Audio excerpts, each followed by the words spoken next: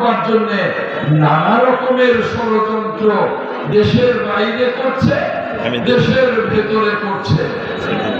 আবার আরেকটি চিহ্নিত মহল, তার মানে না বুঝেই তারা পিয়ার চায়।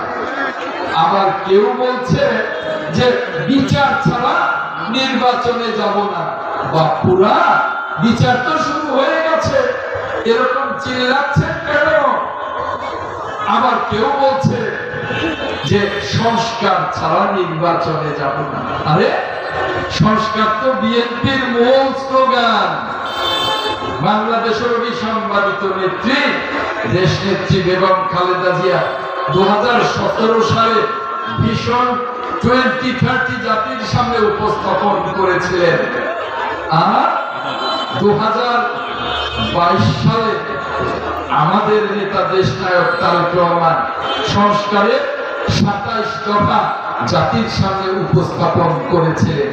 পরবর্তীতে আন্দোলনরত সকল রাজনৈতিক দলের সাথে 61টি রাজনৈতিক দলের সাথে আলোচনা করে সর্বশেষ 2027 সালে সংস্কারের 31 দফা কর্মসূচি জাতির সামনে উপস্থাপন করেছেন। যে ভাইয়েরা বলেন সংস্কার ছাড়া নির্বাচনে যাব না, ওই আপনাদের তো সংস্কারের একটা দফাও জাতি জানে না। এগুলো আর কিছু না, নির্বাচনকে বিলম্বিত করবার অপচেষ্টা, জনগণের অধিকারকে রহিত করবার অপচেষ্টা, গণতন্ত্রকে রহিত করবার, এদেশের সমৃদ্ধিকে পেছনে ফেলে দেবার অপচেষ্টা। কিন্তু এই অপচেষ্টা সফল হবে না। আমরা 1971 দেখেছি, নিজে তখন তুকুর একজন ছাত্র কর্মী ছিলাম, নেতা নাই বললাম, মুক্তিযুদ্ধের এই বাসাই অঞ্চলের সংগঠক ছিলাম, মুক্তিযোদ্ধাও ছিলাম। আমরা দেখেছি সেই তখনকার বাংলাদেশে 7.5 কোটি মানুষ ছিল। অনেকেই আমরা দেখেছি কতিপয় কিছু লোক মুক্তিযুদ্ধ চায় নাই। 7.5 কোটি মানুষের সমর্থনে আমরা কিন্তু মুক্তিযুদ্ধ করেছি। আমাদেরকে ওই লোকগুলি আমাদেরকে পেছনে ঠেলতে পারে নাই, জনগণ আমাদের সাথে ছিল।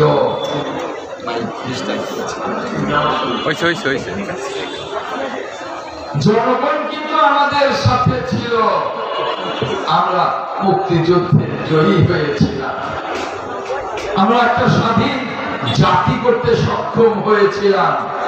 আজকেও বলবো যে ভাইয়েরা তাল বাহানা করছেন গণতন্ত্রকে বিলম্বিত করবার জন্য, নির্বাচনকে বিলম্বিত করবার জন্য, আপনাদের কথা জনগণ শুনবে না।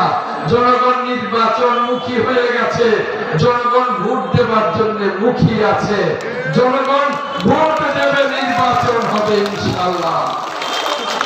তাই যারা নির্বাচনকে বিলম্বিত করবার জন্য পিয়ারের কথা বলে, বিচারের কথা বলে, সংস্কারের কথা বলে, তাদের উদ্দেশ্যে বলতে চাই, ওই সমস্ত গাফিলতির কথা না বলে, ওই সমস্ত স্লোগান বন্ধ করে আসুন, জনগণের কাতারে আসুন, জনগণের কাতারে আসুন, নির্বাচনে সামিল হন। জনগণ যদি ভোট না দেয়, বিরোধী দলে বসবেন, কিন্তু মনে রাখতে হবে আপনাদের, যখনই নির্বাচিত সরকার হবে, নির্বাচিত সংসদ হবে, বিরোধী দলেও কিন্তু আপনারা সরকারের অংশ হবেন। কাজেই আপনাদের হতাশার কিছু নেই, বড় নির্বাচনকে যদি বিলম্বিত করবার চেষ্টা করেন, সেখানেই হতাশা। জনগণ আপনাদের প্রত্যাখ্যান করবে ইনশাআল্লাহ। আমার